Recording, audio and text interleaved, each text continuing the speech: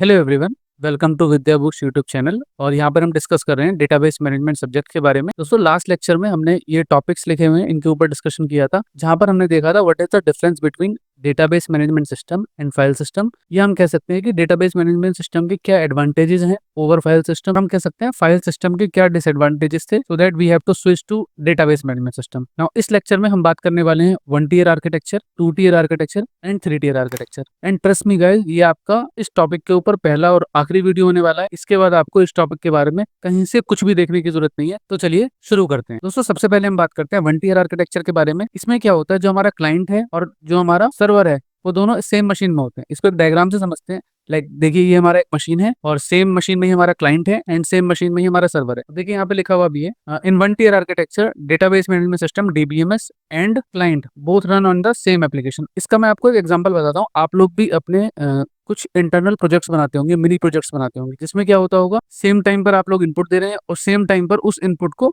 Database से read भी कर रहे हैं। ठीक है, देखिए, user can directly access the data through the DBMS software installed in there on computer. और इसके और के एग्जांपल्स हो सकते हैं। लाइक अगर हम बात करें माइक्रोसॉफ्ट ऑफिस, हमने कंप्यूटर सिस्टम में इंस्टॉल किया होता है, हम कुछ भी लिख रहे होते हैं और उसी सेम सर्वर से वो उठकर हमारे को शो हो रहा होता है। तो ये क्या है, it is a stand alone environment where database is not shared over the network. अब देखिए, अगर मेरे को माइक्रोसॉफ्ट ऑफिस अपने कंप्यूटर सिस्टम में अगर इंस्टॉल्ड है और चलाना है, तो मेरे को इंटरनेट की जरूरत थोड़ी है। अगर इंटरनेट नहीं भी होगा तो भी चलेगा। तो जब आपका क्लाइंट और सर्वर सेम मशीन में हो और किसी भी इंटरनेट की जरूरत ना हो, तब उस केस में क्या कहलाता है, 1 टियर आर्किटेक्चर। तो there is a no separation between client and server. ठीक है, नो एक्सटर्नल सर्वर और नेटवर्क कनेक्शन इज रिक्वायर्ड। तो इसके अगर हम एप्लीकेशंस की बात करें, लाइक माइक्रोसॉफ्ट ऑफिस है, मैंने आपको जस्ट बताया, अगर ये एप्लीकेशन हमारे कंप्यूटर सिस्टम के अंदर इंस्टॉल्ड है, तो हमें जरूरत नहीं कि अगर इंटरनेट नहीं भी होगा तो ये हमारी एप्लीकेशन अच्छे से चलेगी। नाउ नेक्स्ट है हमारा ये मिंट, एक फाइनेंस सेल्फ फाइनेंस ऐप है। इसे भी आप हमारे खर्चे कितने होते हैं, किस तरीके से हम इसको मेंटेन कर सकते हैं, इन सब का रिकॉर्ड ऑफलाइन तरीके से मैनेज किया जा सकता है। आप लोग कॉलेज में देखते होंगे लाइब्रेरी मैनेजमेंट सिस्टम, तो जहाँ पर कॉलेज में इंटरनल जितनी बुक्स हैं उस लाइब्रेरी में, उन सब का रिकॉर्ड कोई भी लाइब्रेरी का अगर मैनेजर है वो बता सकता है आसानी से। इसके लिए भी हमें इंटरनेट की जरूरत नहीं होती है। तो द पॉइंट इज, जब क्लाइंट और सर्वर एक ही मशीन में हो और चीजों को एक साथ एक्सेस किया जा सके, उस केस में क्या कहलाता है, हमारा 1 टियर आर्किटेक्चर। देखिए, इसके अगर हम एडवांटेज और डिसएडवांटेजेस की बात करें, तो इसका पहला एडवांटेज है आपका, इसका आर्किटेक्चर बड़ा ही सिंपल है और नेटवर्क के ऊपर कोई डिपेंडेंसी नहीं है। We can not give the excuse कि भाई नेटवर्क इंटरनेट नहीं आ रहा, इस वजह से हम काम नहीं कर रहे। ठीक है, और कॉस्ट की बात करें तो बहुत लो कॉस्ट है and good for learning and testing. Starting के लिए बहुत अच्छे से काम करने वाला है। Yes, it is limited for only single users. Like मेरे सिस्टम में अगर मैंने ऑफिस इंस्टॉल किया हुआ है, तो केवल मैं ही इसको यूज कर सकता हूँ। नो डेटा शेयरिंग, आप डेटा को शेयर नहीं कर सकते अगर इंटरनेट की कोई फैसिलिटी नहीं है। सिक्योरिटी का भी एज सच कोई कंसर्न नहीं है। और हाँ, अगर हमें 1 टियर एप्लीकेशंस की हेल्प से अगर हम कोई प्रोजेक्ट बना रहे हैं, तो उसको स्केल अप नहीं किया जा सकता। नाउ अब आगे बढ़ते हैं। तो देखिए, लिखा हुआ भी है, रिक्वेस्ट करो और रिजल्ट लो, सब कुछ होगा एक ही मशीन में। तो अब नाउ नेक्स्ट डिस्कस करते हैं 2 टियर आर्किटेक्चर के बारे में। अब देखिए, इसमें क्या होता है, जो हमारा क्लाइंट है, लाइक आप डायग्राम में देख सकते हैं, this is client 1 and this is client 2 and this is client 3। तो ये जितने भी क्लाइंट्स हैं, ये डायरेक्टली कम्युनिकेट कर रहे हैं हमारे डेटाबेस से। इसका भी मैं आपको एग्जांपल देता हूँ। लाइक इंडियन रेलवे है, अगर मैं इंडियन रेलवे में काउंटर पे जाके फॉर्म भर के टिकट बनवाता हूँ, कहलाता है मेरा 2 टियर आर्किटेक्चर। क्यों? क्योंकि जो भी वहां पर जो बंदा बैठा है, जो टिकट्स बना रहा है, वो डायरेक्टली कम्युनिकेट कर रहा है डेटाबेस के सर्वर से, जहां पर ट्रेन का एक्चुअल डेटा स्टोर है। देखिए, ट्रेन का एक्चुअल डेटा कहाँ पर स्टोर है, यहाँ पे। और ये हमारे क्लाइंट्स हैं जो डायरेक्टली कम्युनिकेट कर रहे हैं डेटाबेस सर्वर से। देखिए, यहाँ पे क्या लिखा हुआ था, system is divided into 2 layers. एक है हमारी क्लाइंट लेयर और दूसरी हमारी सर्वर लेयर। ये होगी हमारी फर्स्ट है हमारी क्लाइंट लेयर,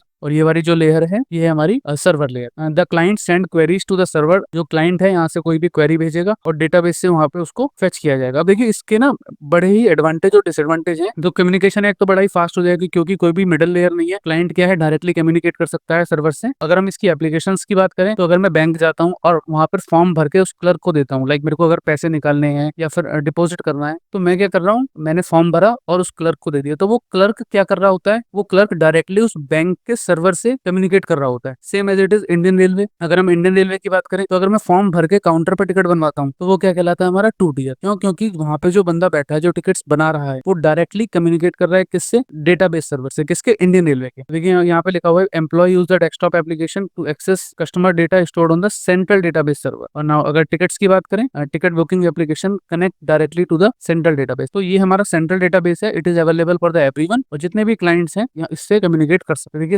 क्लाइंट और सर्वर सब कुछ होगा अलग अलग मशीन में। अगर हम इसके एडवांटेजेस की बात करें, अब क्योंकि डेटा हमारा सेंट्रलाइज सर्वर पे है, ठीक है, और फास्टर कम्युनिकेशन है, लो कॉस्ट है, इजी टू एक्सेस है। बट अगर क्या होगा, अगर नंबर ऑफ यूजर्स बहुत ज्यादा बढ़ गए तो सिक्योरिटी का इशू आ जाएगा, क्योंकि लिखा ना high risk of SQL injection. अगर नंबर ऑफ यूजर्स ज्यादा बढ़ गए, मान लीजिए यहाँ पे और पीसी में बढ़ा देता हूँ, ठीक है, तो सबके सब अगर डायरेक्टली कम्युनिकेट करेंगे डेटाबेस से, तो डेटाबेस के क्रैश होने के चांसेस बहुत ज्यादा हो जाते हैं। तो अब टाइट कपलिंग में क्या है, ये जो क्लाइंट है और ये आपस में बहुत ही टाइटली कनेक्टेड है, तो इसलिए अगर कोई भी चेंजेस आपके डेटाबेस में होते हैं तो it must be reflect on the client side. तो ये थोड़ा सा इसमें इशू रहता है, स्केलेबिलिटी इशू है। अगर बहुत सारे यूजर्स, अगेन वही लिखा हुआ है, बहुत सारे यूजर्स आ जाते हैं तो यहाँ पे प्रॉब्लम हो जाएगी। नेटवर्क डिपेंडेंसी है, अगर इंटरनेट नहीं है तो हम इसको एक्सेस नहीं कर सकते। नाउ नेक्स्ट हम बात करते हैं 3 टियर आर्किटेक्चर की। अब देखिए ये ना बिल्कुल सेम एज इट इज है 2 टियर आर्किटेक्चर की तरह, बस इसमें डिफरेंस क्या आया है कि बीच में ना एक बिजनेस लेयर ऐड हो गई है जो कि सिक्योरिटी प्रोवाइड कराती है। There are 3 layer in this. First one is presentation layer, second is application layer and the third one is database layer. तो प्रेजेंटेशन लेयर का क्या काम है, user interact with the database using an interface. अब मैं आपको इसका एक एग्जांपल देता हूँ। जैसे पहले तो हम बैंक जाके पैसे जमा करा रहे थे, बट अब क्या हो रहा है, हम फोन पे से, यूपीआई से पैसे ट्रांसफर कर रहे होते हैं। तो हम क्या कर रहे होते हैं, हम ना एक एप्लीकेशन से इंटरेक्ट कर रहे होते हैं और वो एप्लीकेशन के थ्रू डेटाबेस से चीजें फैच हो रही होती है। तो देखो यहाँ पे अगर हम डायग्राम में देखें तो ये हो गया क्लाइंट, ठीक है। क्लाइंट के यहाँ पे एक कोई एपीआई रन कर रही है और वो एपीआई के थ्रू कोई भी क्वेरी जनरेट करी जा रही है और उस क्वेरी को यहाँ पर इस वाली लेयर पे उस क्वेरी को यहाँ पर वैलिडेट किया जा रहा है कि भाई वो क्वेरी ठीक है या फिर नहीं, ऑथेंटिकेटेड यूजर है या फिर नहीं है। उसके बाद डेटाबेस से आगे कनेक्ट किया जा रहा है। तो अगर इसमें नंबर ऑफ यूजर्स बहुत ज्यादा बढ़ भी गए तो कोई भी प्रॉब्लम नहीं आने वाली है। तो नाउ हम नेक्स्ट बात करते हैं एप्लीकेशन लेयर की। ठीक है, लिखा हुआ भी है, this layer process the client request. जो भी क्लाइंट की तरफ से रिक्वेस्ट आई है और जो भी बिजनेस के जो रूल्स हैं, validate data communication with the database, everything will be done on this layer only. Now वही हम बात करें जहां पर हमारा एक्चुअल डेटा स्टोर है टेबल की फॉर्म में, वो हो गया हमारा डेटाबेस लेयर। ठीक है, लिखा हुआ भी देखो, actual data is stored and manage at this level using only SQL server, MySQL and Oracle. अगर हम इसके एडवांटेज और डिसएडवांटेजेस की बात करें तो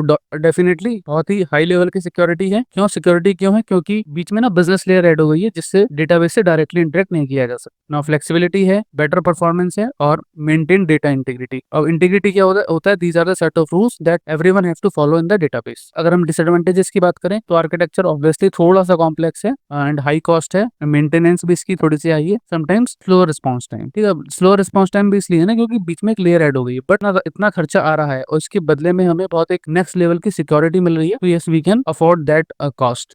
तो दोस्तों हमने डिस्कस किया 1 टियर आर्किटेक्चर क्या होता है, 2 tier architecture and 3 tier architecture. तो आई होप, मेरे को लगता है कि शायद आपके सभी डाउट्स इस टॉपिक को लेकर क्लियर हो गए होंगे। ठीक है, मैं मिलता हूँ आपसे नेक्स्ट वीडियो में। अगर आप वीडियो में यहाँ तक आए हैं तो प्लीज चैनल को सब्सक्राइब कीजिए, शेयर कीजिए, लाइक कीजिए। दोस्तों मेरा नाम है अंकित मेहता एंड चैनल का नाम है विद्या पोस्ट। भगवान आप सभी को खुश रखे। जय हिंद, जय भारत।